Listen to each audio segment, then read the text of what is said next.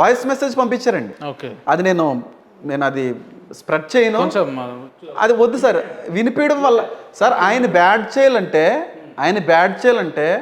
క్రైస్తవులకి ఒక పంపించిన నిమిషం సార్. ఆ వ్యక్తికి లేని అభ్యంతరం మీకు కాదు సార్. కనిపిస్తే తప్పేంది? రాధా మనోహర్ దాస్ని బ్యాడ్ చేయాలంటే క్రైస్తువులకు ఒక నిమిషం పట్టదండి. ఆయన రోడ్డు మీదకి లాగేసి నిలబెట్టేయాలంటే క్రైస్తువులకు ఒక నిమిషం పట్టదండి. కానీ దేవుడు మాకు అధికారం ఇవ్వలేదు సార్. రాధా మనోహర్ దాస్ని హిందువులను బెదిరిస్తున్నారా? బెదిరించట్లేదు సార్. ఆయన అంత విచక్షణారహితంగా మాట్లాడుతున్నా, దూషిస్తున్నా, ద్వేషిస్తున్నా, హేమంత్ గారు, మేము ఇంతలా కంట్రోల్ గా ఉంటున్నాం కంట్రోల్ గా ఉంటున్నాం అంటే పాస్టర్ ఒక విలన్ లెక్క కనిపిస్తుంది సార్. ఇంత నెమ్మదిగా మాట్లాడుతున్నా మీరు ఇంకా నన్ను అర్థం చేసుకోండి. పట్టదు ఆయన అంటే బెదిరిస్తున్నారా రాధా మనోహర్? ఆయన్ని బయటికి తీసుకుని వచ్చి నిలబెట్టడానికండి. కానీ దేవుడు మాకు సహనాన్ని, ఓర్పునిచ్చాడు సార్. సహనం, ఓర్పు కలిగి ఉండమన్నాడండి. అందుకే కదండి అంతగా ద్వేషిస్తున్నా, అంతగా దూషిస్తున్నా ఈ రోజున ఆయన అలాగే ఇంకా విచ్చలవిడిగా చేస్తున్నాడండి. ఒకవేళ మీ దేవుళ్ళకని, మీ దేవతలను కానీ అంత విచక్షణ రహితంగా తిడతాయి, మీరు బాధపడరా? మీకు బాధ అనిపించదా?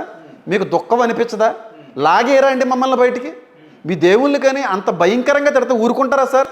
మీకు ఆ భయం అన్నా ఉంది? భయం కాదండి, భయం కాదు సార్.